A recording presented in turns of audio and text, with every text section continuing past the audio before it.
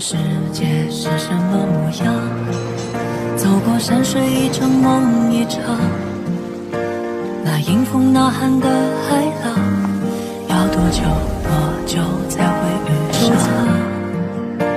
那深埋心底的愿望，要多久多久才会登场？沿途一身泥泞跌撞的越来越回去的泪，才能淹没了脆弱。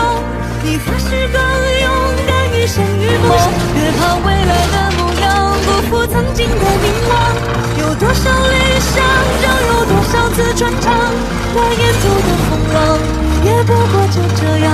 这一路光景有你在身旁。 Selamat datang di Bangkobel Donghua.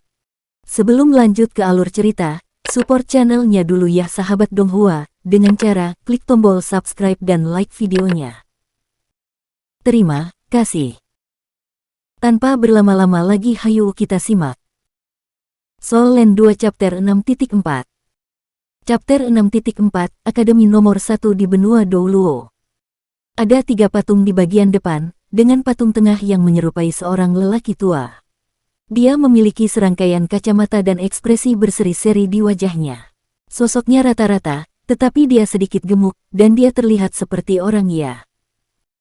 Bei Bei berkata kepada Huo Yuhao, orang di tengah adalah pendiri Akademi Shrek, dan juga dekan pertama Akademi, Flender. Orang di sebelah kirinya adalah leluhur klan saya. Dia menciptakan fondasi pengajaran yang saat ini digunakan oleh berbagai sistem jiwa bela diri di dalam Shrek Academy. Dia juga salah satu dari 10 model peran inti dunia bela diri, dan memiliki gelar Grandmaster. Namanya adalah Yu Xiaogang. Ibuku adalah keturunan langsung dari garis keturunannya. Wanita di sebelah kanan juga leluhur saya yang lain, Liu Erlong. Dia adalah istri Grandmaster. Mereka bertiga mampu bergabung bersama dan membentuk segitiga besi emas. Jika Dean Flender dapat dikatakan telah mendirikan Shrek Academy, maka Grandmaster akan menjadi roh sejati di baliknya. Dia juga orang yang sendirian mengangkat Seven Monsters Shrek, yang patungnya ada di belakang mereka. Patung Grandmaster tampak seperti seorang pria parubaya yang agak terbuang, sementara Liu Erlong adalah wanita parubaya yang menawan. Ada 7 patung yang berjejer secara horizontal di belakang mereka. Ketika tatapan Huo Yuhao jatuh pada patung di tengah, yang berdiri di garis depan yang lain, tubuhnya tidak bisa menahan gentar. Itu adalah patung seorang pria jangkung yang memiliki penampilan tampan, tetapi hal yang paling aneh tentang dia adalah matanya. Ada pola di dahinya dengan kata "Raja", dan meskipun itu hanya patung, itu memiliki semacam tekanan yang kuat dan mengesankan. 7 patung yang berdiri di belakang segitiga besi emas adalah 7 monster Shrek, yang sebelumnya menciptakan kemuliaan mereka sendiri. Orang yang berdiri di depan adalah White Tiger Douluo, Daimu Bai, sedangkan orang kedua adalah Douluo Sosis, Oscar. Orang ketiga adalah leluhur Tang Sekte kita, Asura Douluo, Tang San. Tang San adalah yang paling tampan di antara ketujuh. Rambut birunya tersampir di pundaknya, dan ia mengenakan jubah sederhana prajurit. Tanaman merambat biru yang jelas jiwa bela diri Blue Silver Grace-nya melingkar di sekitar patung itu. Ada juga senyum tipis di sudut mulutnya, tetapi tatapannya yang seperti manusia hidup tertuju pada seorang wanita yang berada di urutan kelima dalam barisan, yang memiliki rambut yang dikepang. Orang keempat adalah jahat Phoenix Douluo, Ma Hongjun, sedangkan orang kelima adalah istri Tang San, Douluo tulang lunak, Xiao Wu. Menurut cerita, dia adalah 100.000 tahun jiwa buas yang memilih untuk berkultivasi sebagai manusia. Orang yang lebih jauh ke belakang adalah 9 harta Douluo, Ningrongrong, yang memegang gelar Master Jiwa Bantu terkuat di dunia, dia juga istri Sosis Douluo. Orang terakhir adalah Netherworld Douluo, Zuzuking. Dia adalah istri Douluo Macan Putih. Petik 2. Generasi pertama dari patung Seven Monsters Shrek semuanya memiliki bentuk yang berbeda, tetapi fakta bahwa mereka semua berjudul Douluos membuktikan betapa kuatnya mereka di masa lalu. Tatapan Tangya tertuju pada patung Asura Douluo, Tang San.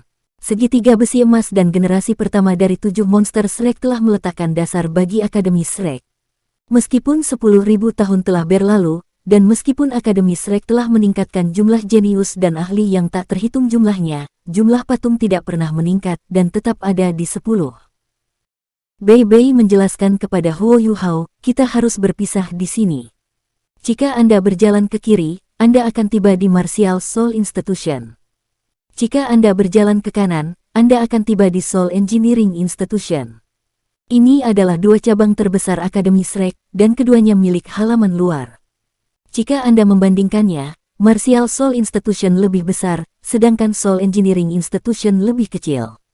Selanjutnya, lembaga jiwa martial juga dibagi menjadi banyak departemen. Kami akan pergi ke Martial Soul Institution untuk membuat Anda terdaftar terlebih dahulu. Persyaratan dasar bagi Anda untuk mendaftar di Soul Engineering Institution adalah agar Anda lulus penilaian pertama untuk siswa baru. Petik 2. Tatapan Huo Yuhao masih tertuju pada 10 patung. Ketika dia memikirkan tentang legenda yang diceritakan ibunya, dia terkadang merasakan perasaan terkejut yang muncul di hatinya. Jalan di sebelah kiri patung itu masih sangat lebar, dan dapat memuat 4 atau 5 gerbong berdampingan. Ada papan nama di sebelah jalan dengan tulisan, Lakeside Path, tertulis di atasnya. Samar-samar Anda bisa melihat genangan air besar yang tersembunyi di dalam pepohonan hijau teduh di sebelah kanan. Ini juga berarti bahwa ada sebuah danau besar di belakang 10 patung segitiga besi emas dan 7 monster Shrek. Tang Ya memperhatikan tatapan Huo Yuhao, dan tidak bisa tidak berbicara dengan suara sedikit bangga. Itu adalah danau buatan yang dibuat untuk memperingati leluhur Tang sekte kita, Tang San. Ini disebut Sigat Lake, karena menurut legenda, leluhur kita Tang San mewarisi warisan Dewa Laut. Danau Dewa Laut memiliki luas permukaan yang sangat besar, dan diisi seluruhnya dengan air tanah. Halaman dalam Shrek Academy kami terletak di sebuah pulau di tengah Danau Dewa Laut. Setiap murid dari halaman luar merasa terhormat jika mereka dapat mencapai pulau pusat Danau Dewa Laut. Bei Bei melihat ke arah Danau Dewa Laut dengan tatapan yang dalam, dan cahaya yang ditentukan dan keras kepala melintas di matanya. Danau Dewa Laut memang sangat besar.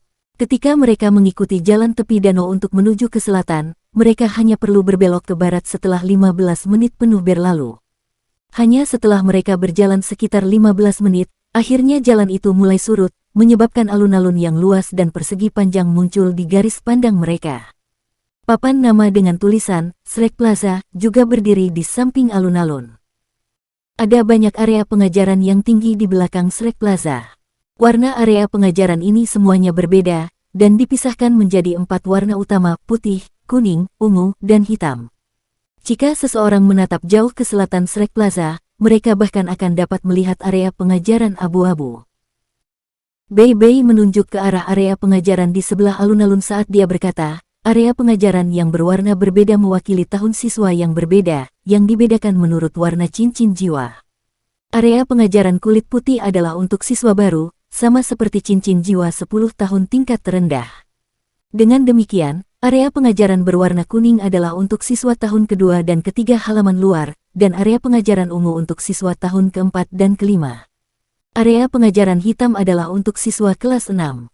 Jika Anda dapat meninggalkan area pengajaran hitam, Anda akan dapat memperoleh sertifikat kelulusan dari halaman luar akademi. Area pengajaran kelabu di kejauhan itu milik Soul Engineering Institution. Jika Anda membandingkan adalah untuk membandingkan ukuran mereka di sini, lembaga rekayasa jiwa mengambil sekitar sepertiga dari area pengajaran, sedangkan Departemen Jiwa Bela Diri memakan 2/3 penuh. Selain area pengajaran ini di depan, ada juga banyak tempat pengajaran khusus yang terletak di belakang, seperti arena duel jiwa, area penilaian, asrama, kantor guru, dan sebagainya. Petik 2. Area pengajaran putih siswa baru terletak di ujung selatan, dan juga yang paling dekat dengan jalur tepi danau. Mereka bertiga berjalan ke selatan dari Shrek Plaza, tiba di area pengajaran. Karena saat ini adalah periode di mana siswa baru diterima, area pengajaran siswa baru itu sangat ramai. Beberapa siswa baru yang telah lulus penilaian mereka saat ini ada di sana untuk mendaftar. Dengan bimbingan Bei Bei dan Tang Ya, Huo Yuhao dapat melaporkan pendaftarannya dengan sangat lancar. Biaya sekolah dibayar oleh Bei Bei, dengan biaya untuk siswa baru tiba-tiba menjadi 10 koin jiwa emas. Selain itu, ini tidak termasuk biaya makanannya. Jika seseorang harus berhenti sekolah karena gagal penilaian, biaya sekolah mereka tidak akan dikembalikan.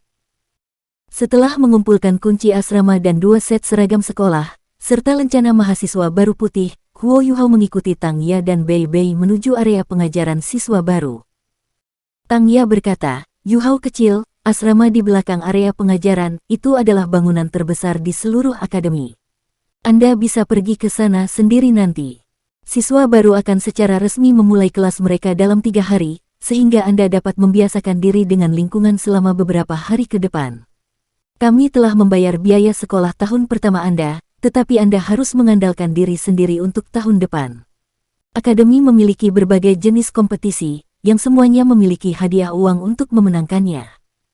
Juga, Anda sudah menjadi master jiwa, jadi setelah Anda selesai mendaftar, Anda dapat mengumpulkan gaji yang diberikan oleh 3 kerajaan sebulan sekali. Anda harus menyimpan sebagian, tetapi itu harus cukup untuk makanan." Petik 2. Huo Yuhao memastikan dia mengingat semua yang dikatakan Tang Ya. Ketika dia hendak mengucapkan selamat tinggal kepada guru Xiaoya dan Bei Bei, Bei Bei melihat papan buletin terdekat dan mengerutkan alisnya sedikit ketika dia melihat pengumuman yang ditempelkan di sana. Huo Yuhao tidak perlu berjalan ke sana, dia hanya sedikit mengedarkan kekuatan jiwanya, dan kemampuan visual yang kuat dari mata rohnya menunjukkan penggunaannya, memungkinkannya untuk melihat kata-kata pada pengumuman dengan jelas. Ibu Huo Yuhao telah mengajarinya cara membaca sejak ia masih muda, jadi meskipun ia tidak pernah secara resmi bersekolah, tingkat pendidikannya tidak buruk sama sekali. Dia melihat kata-kata yang tertulis di pengumuman, "Guru yang bertanggung jawab atas kelas 1, Zoe. Guru yang bertanggung jawab atas kelas 2. Petik 2. Zoe, saya pikir saya ada di kelas 1. Karena dia mendaftar lebih awal, Huo Yuhao ditugaskan langsung ke kelas pertama siswa baru, kelas 1. Tang Ya juga memperhatikan. Dia menjerit kaget. Mengapa nenek tua mesum itu, Zoe? Bukankah dia mengajar tahun ketiga? Mengapa dia ditugaskan untuk mengajar siswa baru? Petik 2. Bei Bei tersenyum pahit, saya mendengar bahwa guru Zhou terlalu ketat ketika dia mengajar siswa kelas 3, yang mengakibatkan hanya 10% siswa yang dipromosikan menjadi siswa kelas 4. Selain itu, dia dilaporkan oleh siswa ke akademi berkali-kali, yang membuatnya diturunkan menjadi mengajar siswa baru. Saudara junior, Anda harus berhati-hati. Tidak ada banyak siswa monster di halaman luar akademi Shrek kami, tetapi ada banyak guru yang mengerikan. Dari mereka, yang terburuk adalah guru Zhou ini.